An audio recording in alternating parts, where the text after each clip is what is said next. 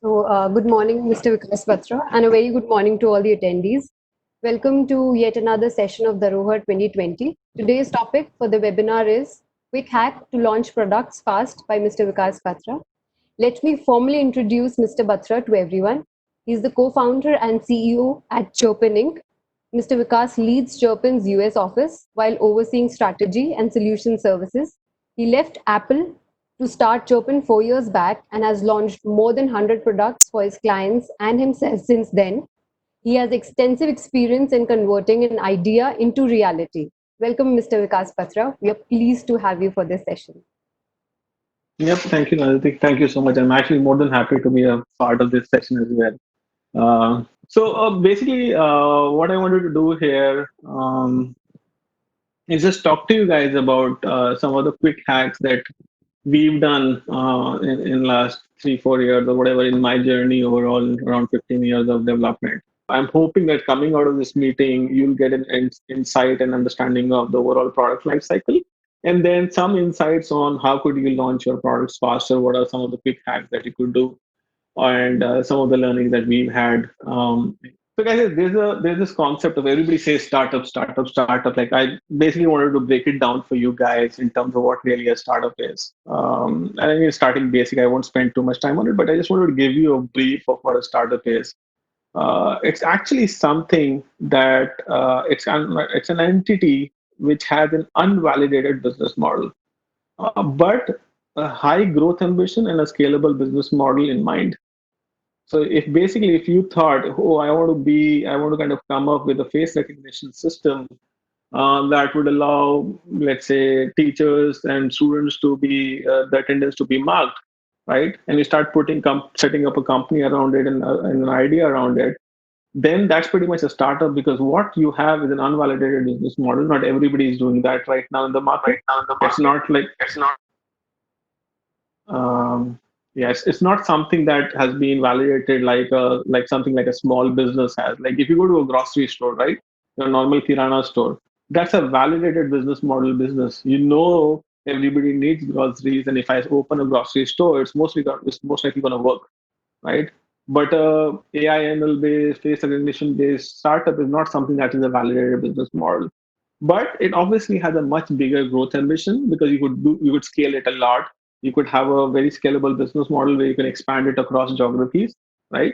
So it's basically a startup is something if you have a thought in mind which is not validated from a business perspective but has high growth ambitions and something you feel that you can scale. Sell. What do you sell? So there are three types of things that you can sell using a ultimately what you're trying to do is set up a business, which would mean that you would sell something and basically make money out of it, generate revenue, and earn your living. That's like the simplest possible definition of what you're trying to do, right? So the most important thing is what do you sell? There are three things that you could sell. One, you could sell a service. That service could be a simple electrician coming to your home and basically fixing your electricity issues, a plumber, a salon owner, or an e-commerce, things like those pretty much are services where you actually there's no actual transaction of a physical asset. So there's no transaction of a physical asset, but still there's kind of servicing aspect to it, and you're basically selling a service. The other thing that you could sell is a digital product, which most of these things are like an MS Word or a Photoshop or a game that you're playing. You don't have a physical hand towards it. Can't touch it, but there's nobody coming to you and actually giving you that service. It could be like any kind of a software solution, if you will, right? And finally, the physical product, obviously, you go to a grocery store, you're obviously selling groceries, you're selling a furniture, you're selling motor vehicles and things like that. And each of these items actually have some kind of a technology aspect to it. Like in a digital product, technology is everything, right? Because you're building something like a if MS Word was if there's no technology, MS wouldn't have been there, right? You would actually need to have a technology solution to be able to give that Word solution, right? However, in services and physical products, in technology is primarily an enabler. All it's doing is enabling those two aspects and helping them grow via digital mediums. So if you're setting up a Facebook ad for a service or for an e-commerce store, then you're actually using technology as a digital aspect of it and as a growth mechanism, right? The reason I'm trying to get to these is because all of these are core concepts which you would need to kind of keep in mind, that you do not have to get stuck to technology. If you're selling a digital product, then yes, technology is the key thing. But if your startup is service based, or if your startup is a physical product based, then technology is only a part of it. Don't kind of overdo the thing. Be very specific on what you need to do and why you need technology. There are always ways of actually going around and doing things without technology as well, which would enable you to go into market faster, right? So it's very important to just kind of think of your product and say, what am I selling?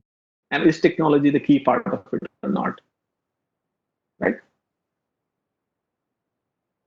So this is a standard life cycle of a product development. So let's say you have an idea of developing. Let's continue with the AI ML face recognition based startup, right? So you want to do an attendance school or a college attendance based solution, which actually allows you to actually launch a product of yourself, right? So you go through all these steps, and it's not straightforward. You'll have to really spend time on doing all of this. You'll have to first generate an idea, then you'll have to start screening it in the sense, does it really make sense? Should I be doing it? Is it worth it? Right? So all of those would start need to kind of those questions you need to ask of yourself and for other people as well. Right? Then you get into concept development and testing, wherein you start putting something together. And that something is not really an actual product, but it's actually a survey of sorts to say, okay, will this thing actually work for me? You start talking to people and understanding what really exists in the market and start testing your idea, right? Once you feel, yeah, the concept and then when the test comes out to be positive, then you get into it and say, how will I really sell it? Because having a product, having an idea is all good. But if you can't sell it and make money out of it, what use is it? Right? And I think that's the biggest place where people falter. And personally, I have faltered as well. We've probably created many products that do not have a market for sales, and we've not been able to sell it. And that was because we didn't had that insight when we started off, and we were just creating products just because we thought it made sense. The biggest mistake that you do during the product development life cycle is to think that this is what people want. Whenever you start imposing your thought onto a product and say, hey, looks like this is what a feature should go into the product, that's when you start faltering right there. Everything, every aspect needs to kind of garner and go out from the audience and from the customer perspective, not from what you think, right? And then second is you have to really have a very clear marketing strategy in terms of how would you sell it. And once you know this is what I want to build, this is how I'll sell it, then you do a proper feasibility analysis from a market perspective. What competitors are out there? Are they able to sell enough? Right? How long have been out there? What is my USP? What is my unique selling proposition? How am I different to my competitors? So all of those things need to be done then, right? Because now you have an idea which makes sense. People are agreeing to it. You know how you'll sell it. But what if there are thousands other similar products out there? Then it's just going to be in any me too product that would really not sell out, right? So you basically have to do that analysis. And once all of these initial steps are done, which mostly I would say majority of the people ignore. So these first 5 steps, you'll probably do it in 2 days and say, yeah, all good, just because you're so biased. And I have done this myself. I said, yeah, this thing is going to sell. Don't worry at all. I've done these 5 steps. But these 5 steps is the most important and the one that you should be spending the most amount of time on, right? And then you jump into product design and development and start testing the market and then push it into the market, right? But the majority of the fact wherein people ignore these first 5 steps is where people start losing their game upfront itself, right? So this is a tedious process. It's something that you cannot, right, literally do it over a period of time, over let's say a quick period of time within a couple of weeks or 2 3 weeks, right? You have to really spend some time ensuring that you spent the right amount of time, because you're gonna kind of jump into it, into the startup. You'll put your money, your sweat, and everything into it, right? So spend that time very, and you'll have to kind of get that things before you launch the startup, right? Now, I think this is where I come in and my experience comes in, and I can tell you how we go about actually helping in terms of ensuring that you can get the product live as quickly as possible. And the majority of my feedback and my remaining part of the presentation is basically starts from product design and development. You cannot circumvent the first five steps. There's no good way, or there's no quick hack to actually circumvent the first five steps, because that has to be done. If the product is not sellable, really you really can't, doesn't make sense to launch it fast. So you really have to get to those first five steps, spend the time, and once you know that it's going to sell, that's when I can help you in terms of with this presentation to say, okay, how do we get this product design and development faster so that I don't break my bank and I do not spend 15-20 weeks of efforts to actually get it out, right? So just know, even these quick hacks won't work for these five steps. They'll work for the last three steps. Cool. So let's jump into the case study. So this is actually a very recent product that we've launched, and it's very relevant to the current times as well. We all of are struggling here with COVID-19, and all of us have seen this, that there's an issue of visiting the doctors at this point in time, right? If somebody is ill, you get scared to go to a doctor, to a clinic, or to a hospital because you don't know how things are there, and if you might catch the virus.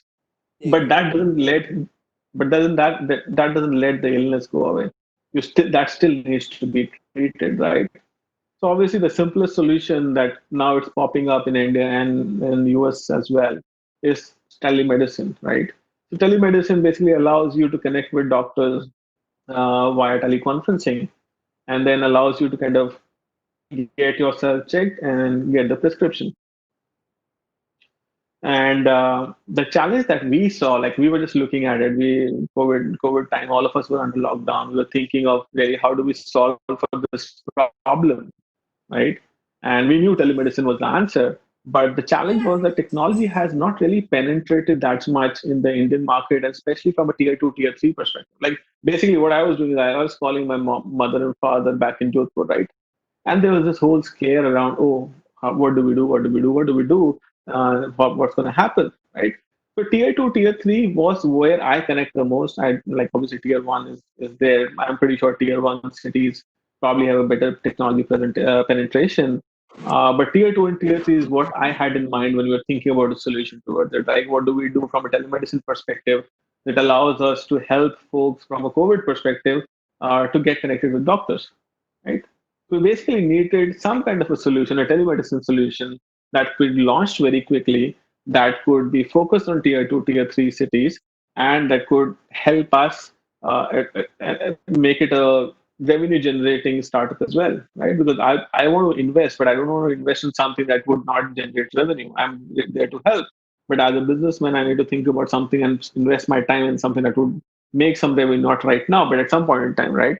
So we're basically offering free consultations right now, but I know that over a period of time, this is something that would help the overall tier two, tier three cities from a doctor visit perspective, right? So this was the requirement when we started off.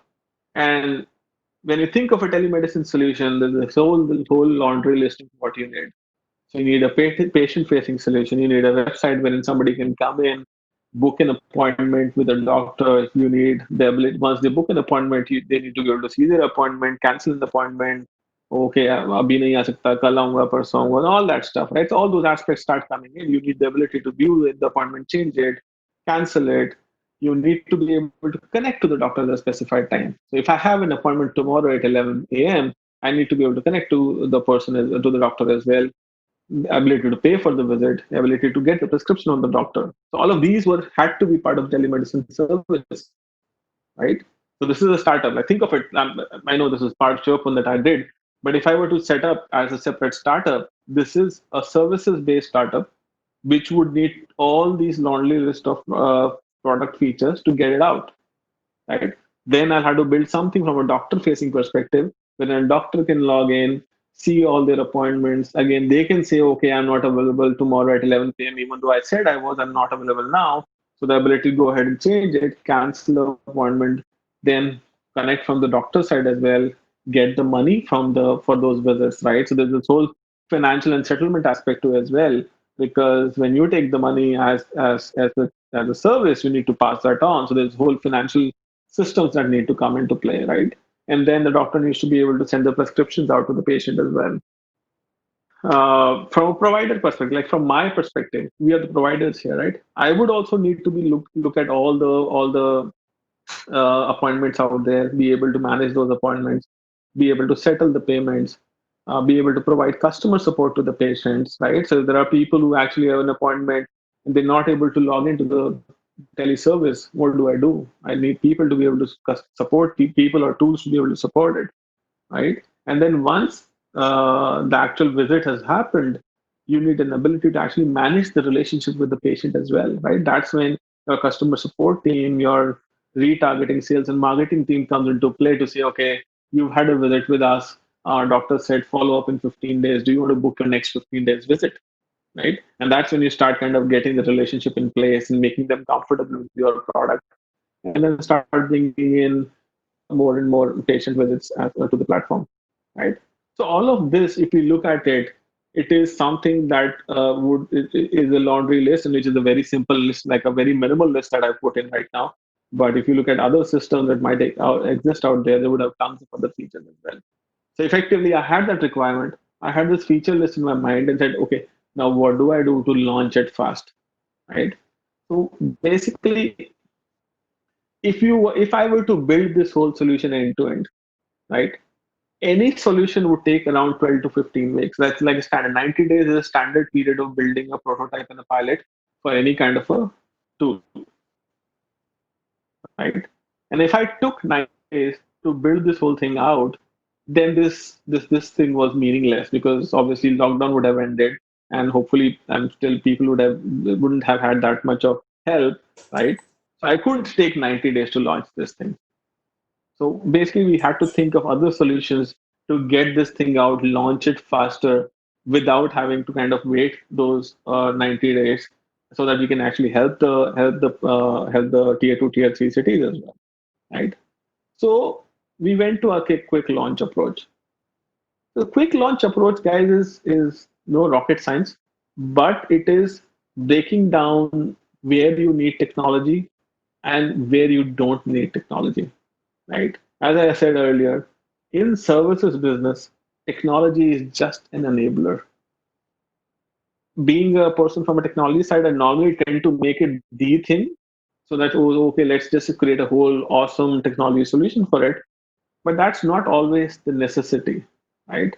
And if I were to validate, if I were to go into the market faster, I couldn't wait for 15 weeks of development timeline. And I just need to ensure that I'm using technology as an enabling solution, not as a key solution. So what we did is that we looked at what exists already in the ecosystem, right? What tools already exist, and how can I stitch those tools together to get this whole system live.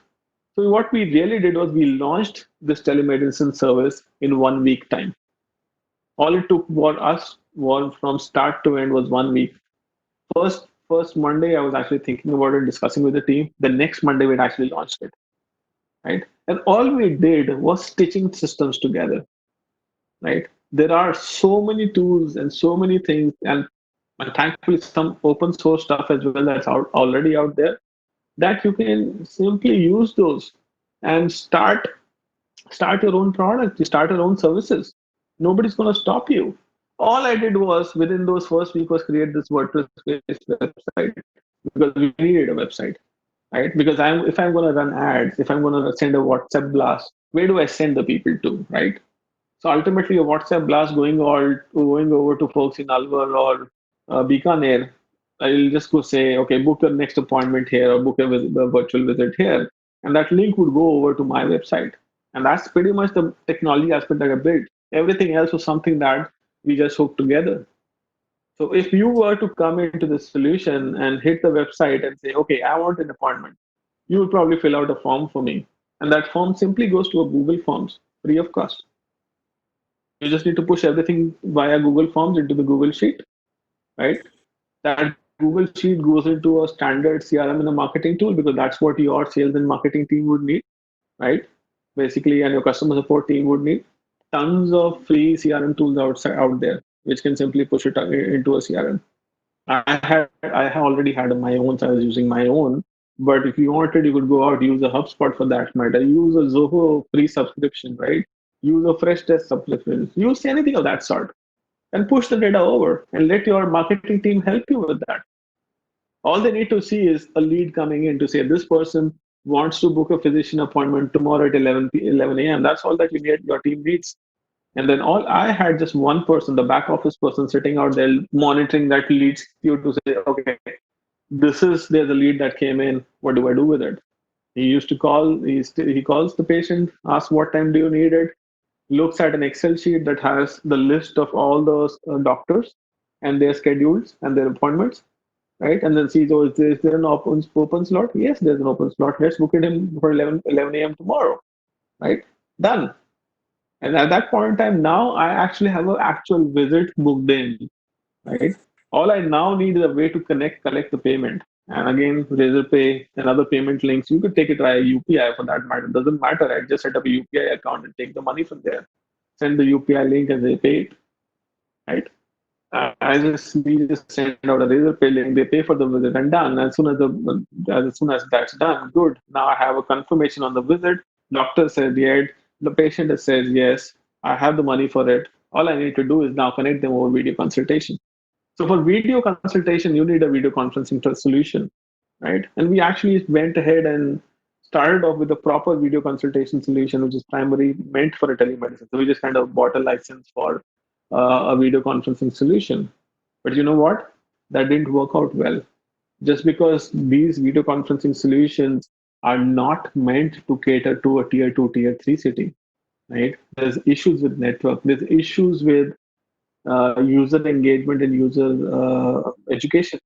Like somebody like an elderly person sitting in a village, he wouldn't really know how to get it start off with a video consultation, but he would know how to use WhatsApp. That's the penetration. So use items that have penetrated already, right? So we switched over to WhatsApp. WhatsApp was not our first choice. We didn't want to do it with that, right? But we had to switch. That's basically reacting to user feedback, right? So we switched over and we said, okay, let's do it over WhatsApp. It's an encrypted solution. It's end-to-end encryption. You're not losing anything. All you need to do is have the agent actually be available via the call. When the call is happening, the agent connects the person. And once the call is done, at that point in time, the doctor sends out the prescription and the patient basically gets the prescription and we're done, right? So if you look at this is just a very specific solution, but my main point that I'm trying to convey here is, guys, there's always an easy way of launching your product, right? I won't run a business with this approach. No, not at all. I'm building the whole ecosystem myself. I'm building the whole backend myself. I'm building a proper booking appointment tool and all that stuff. Not to say I'm not doing it, but this allowed me to kind of get to the customers and get feedback within a week's time, right? So start thinking about that. Like, what can you do? What tools can you leverage to start validating your ideas even before you go in and start building? So that's the key motive. And I'm not saying use these tools for any of your solution. You could pretty much pick anything for that matter. I don't really care. But what's important is to have that mindset to, one, ensure that services business is not everything about technology. Second, there's always an easier way out there, and there's always a tool out there in the market that you could use and stitch together to get your first beta or first product out. Think about it from that perspective, right? And if you're not finding a tool out there that can help you, right, then you're probably in the wrong domain.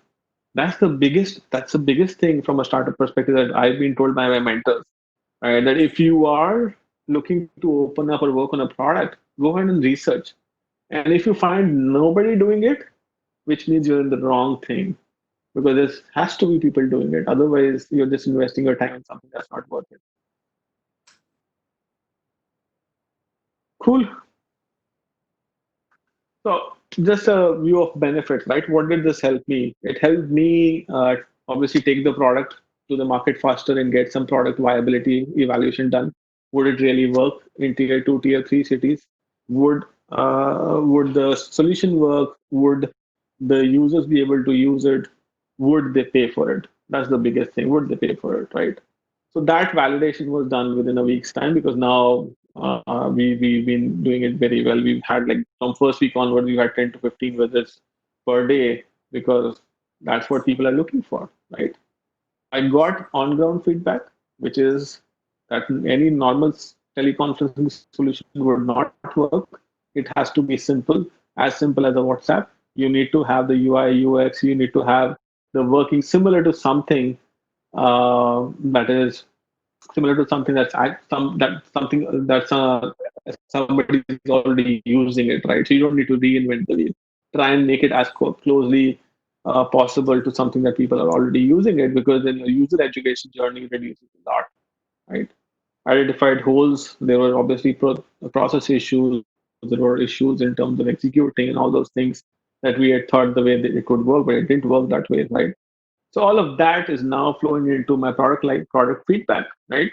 So this feedback goes into my product backlog to say, okay, these are the things that we need to fix and ensure that when we're building it end to end, we keep in mind all these things. Obviously, got the cash flow coming in faster, and the biggest thing is we were able to help the tier two, tier three cities, at least wherever we could reach to. Right? I'm not saying we did something awesome, but at least whoever we could reach out to, we were at least able to help them get connected to a doctor, right? And then obviously it gave me an early ramp up time to get the doctors onboarded. Now I have 20, 25 doctors on the platform. Had I started 15 weeks late waiting for the development, at that point in time, I would have started onboarding the doctors. But now I can actually take those next 15 weeks to onboard more doctors, right? So it's basically the key message here is you have to go to market faster and fail faster, right? It'll either work or it won't work, right? And then you just pivot. If it doesn't work, you just pivot. That's okay. But fail fast is the biggest thing. And to fail fast, you need to launch fast. And to launch fast, you need to keep in mind that use what's out there. Don't try to build everything, every bit and piece of it, right? And being a technology, and I think the folks from MBA would probably would still be aligned to what I'm saying, but the guys from a technology side, they're so passionate about building stuff. They want to build everything from a T to I, right? So it's more important for them to understand that you guys and I are just a part of this ecosystem. We're not the system, at least unless we're building a digital product. Okay. So I'll talk about case study two. It's kind of similar. It's kind of repeats the same points that I've tried to capture. But it just takes us back to the time, right? So the case study that I just spoke about is the latest, like pretty much 2 months back is what I'm talking about. With this case study two is when how we started Chirpn. This is like the first product that we built. This is how Chirpn was conceived and built, right? So back in the days, skill development was very heavily talked about, right? Especially when Modi ji and everybody came in back then. A lot of skill development and things were spoken about that there needs to be focus on skill development. And the students who are graduating from technology-based colleges really don't have the right skills to be able to get into corporates, right? So that is something that we heard as well. I heard as well, and I wanted to kind of do something for the community and say, okay, I want to help my teammates and my college mates to get into a better skill development program. And we wanted to kind of start something which was focused on hands-on development. It's not something that you just learn, right? Like a Udemy is more learning. You just have a course, you just go in and learn. We were thinking of mostly doing a project-based programs. So we basically came up with this whole skill development platform, which was mostly focused on project development. So we used to kind of identify this as the main pain point and try to work on a solution, right? So we're basically looking at a skill development service. So what we're offering, basically, Chopper started off as a skill development service provider, if you were to think of it that way, right?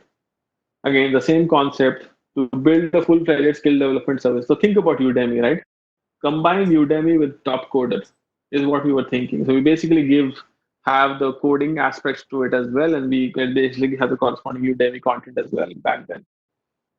Now to build that is a huge thing, right? It's not something that you can build over so many weeks, right? Which meant which meant I had to spend tons of money, a lot of effort, and basically support myself as well, because I would have left my job and left a solid salary, and I still need to spend time building this thing. And how do I support myself financially, right? And I think that's where you guys would end up as well. Like, what do I do? Like, do I spend my money, and what do I do with my salary? How do I sustain myself? And like, you guys are still young. I was still comparatively older to you guys, and I had a family to support as well, right? So you can't really, you can jump in, but you obviously need a proper thought process behind it. So I couldn't take 15 weeks to just basically simply sitting down and trying to develop the thing and then figure out, oh, this thing doesn't work. Right. So we had to basically take a quick launch approach here as well. And that's when the whole concept of figuring out and getting to a quick launch approach started. And we actually started building the product. It took 4 weeks. First 4 weeks we were building. I had a huge backlog listed down, set of features. I want this, I want that, everything listed down. Right. But then we very soon realized that this thing is not how we can operate. So what we did was that we said same thing, same concept. Pick up what's out there and start executing the pilot. Take the product to the market, and you'll know if it works or not. So if you what you see on the right is really old days. The Chirpn logo was fairly new. It was very different. We're using a different terminology and everything else, right? This is the back in the days kind of an implementation that we did. We were using all Google stuff. All your course content was on Google Docs. We had a community set up wherein the batch, everybody, like if we had 20 people in the batch who were basically working on a skill development program with us, we'll just add them to a Google community where they'll interact, Hangouts for getting the conferencing done, Asana as a project management tool, and various other online testing was via class marker. So all these things were pretty much something that we figured out and said, okay, let's stitch them together and get a pilot out. And we did 3 pilot projects basically, and that gave us the insight of what people were really, like students were really looking for, and were we able to add value? And that's the biggest thing. If I execute a skill development program, am I able to or not? Because if I'm not able to add value, why would I do this stuff and leave my job for it, right? So that gave me the validation to say, yep, this is something that I can work on. They're looking for. This is something that people are very willing to pay for, right? When you know these 3 things, that's when you have the peace of mind to jump in and say, yep, now I think I know I'm getting into something that's worthwhile. I should go ahead and do it, right? And that was the main motive of doing this quick launch approach of saying, can I really get what I'm looking out for it? Yep. So I think that was primarily it. I basically just wanted to share my thoughts on how we've done it. Um, I'm happy to take questions. I was thinking if any of you guys have any ideas, we can try and break that down real time and see if there's a quick launch approach for it. Before we open it up, I just want to let you know that I'm there, Chirpn's there to help you guys out. If you ever have an idea that you're looking for investment or funding for, I'm happy to evaluate your idea and get your feedback. And if it's worth it, invest as well. If any of you guys are kind of impacted due to COVID and looking for some kind of help from an internship perspective, feel free to reach out. I'll do anything from my family. So let me know. I put in my email address and the HR email address. Awesome. Well, that's great to know. Questions, and if there are ideas, yeah. Uh, if similar products are available, what are the chances? What are the challenges to be focused? When I think they're asking, like, if there are similar products existing, what are the challenges the 2 businesses or 2 or 3 businesses running parallelly face? Yeah, yeah, and that's a good question, guys. So there would always be products that exist, right? You really need to figure out what your unique proposition is. How are you different from them, right? Like the first and the foremost thing is to look at where are you different and how are you different. It could be based on features. It could be based on target market, right? As I said, like Practo is already out there in India. Practo does this. I'm pretty sure. I don't know if you guys, how many guys know about Practo, but Practo does it. It's fairly penetrated at this point in time, right? And they have video calling and all those features in there as well. But if you were to ask me what my telemedicine situation service does, it's not different from what they do, but it's different from who we target. That's why I clearly said we want to do it for tier two, tier three, right? Tier two, tier three, give them the right focus, give them what they need, right? I'm pretty sure if a person in a village in Jodhpur is logging into Practo, you won't really understand what's going on because it's so complicated. So we Right. have to be very clear in our mind of what our target is, right? And that's where we're differentiating. So it's not always the product that differentiates. It could be the pricing that's differentiating. It could be the target market that's differentiating, right? So you have to think about those aspects as well and be ready with it, right? Because this question is going to come to you 100 times. How are you different? Like even if you're just walking down the road and some uncle ji says, "Beta, kya kar rahe ho?" Right? And you tell them, even that uncle ji would ask you, "How are you different?" Right. Right? So you have to keep that in mind and have that answer. And if you are not convinced of the differentiating factor, then research more, change your product, because you yourself have to be sure that yes, this is how I am different. Okay. So another question would be, people come up with a lot of amazing business ideas, but some of us have no idea how to get started. Can you throw some light on this? Although I know you have Yep, covered yep. this in your slides. Yeah, yeah. So I think it's again, and it's the biggest thing I was telling Nanditi before the call as well, like before you guys joined in as well, is Yeah. that idea is great, but execution is where 90%, 95% of the people falter, right? Right. Today, you see Baiju out there, you see Unacademy out there, but you don't see my platform, my Chirpn education platform out there, right? Because Right. I faltered in execution. And that was my first stint at doing things. I thought it in a way, I tried to do it, but I faltered and I pivoted. I tried doing other things. That thing didn't work out for me, right? So it's not that I didn't have an idea. I had an idea way before Byju's was there.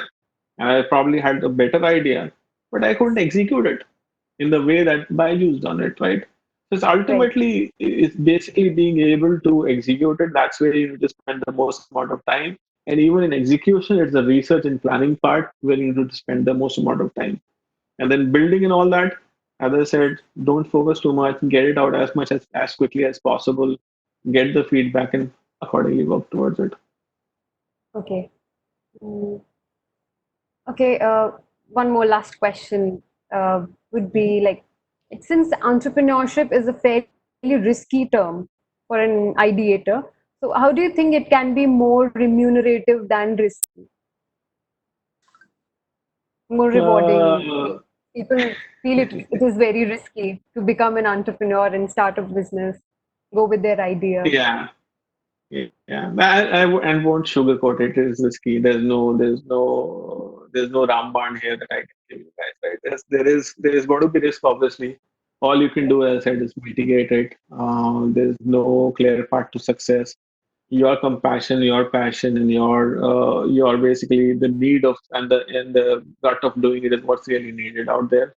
All you could do is plan it in a better way, do a risk assessment, have your finances covered. Like one other thing that I did was I have the fortune of actually having Anu with me. So she actually started working and she's now the bread earner and I'm mostly just sitting there doing fun stuff. So it's That basically helps. figuring out ways. So that those are things that you need to work out, right? Everybody's Right. situation is different, right? You can't really I can't give you a clear answer, but you need to work out a mechanism that would work for you. Do the exercise, do the exercise of figuring out what you really need from a minimal aspect perspective, and then Right. go ahead and do it. Right? Right. But be prepared for failures. You'll have it for sure. You'll have it. But yeah, Yeah, that's that's true. it. Mhm. Okay. Thank you so much, Mr. Vikas Batra, for this amazing session. And if you want to say anything, any last words to like our participants, attendees, and your professors. Yeah, I'm actually just saw a message from Swati ma'am. Thank you so much, Swati ma'am. I know I haven't spoken to you for a while, so really miss the days, and thank you so much for giving me the opportunity to be here. I see one from Manju ma'am as well. Manju ma'am, thank you again. I love the opportunity to be here. Thank you, And for the Mr. folks, Batra. yeah, and for the folks on the conference, guys, well, see, I can give you as much gyan as you want, right? But it's ultimately you guys will have to do it and learn it by yourself. So go ahead and do it. And if you ever need any help, I am a LinkedIn message away. Shoot me a message. I'll do whatever I can within my limits. Thank you, guys. Thank you so much.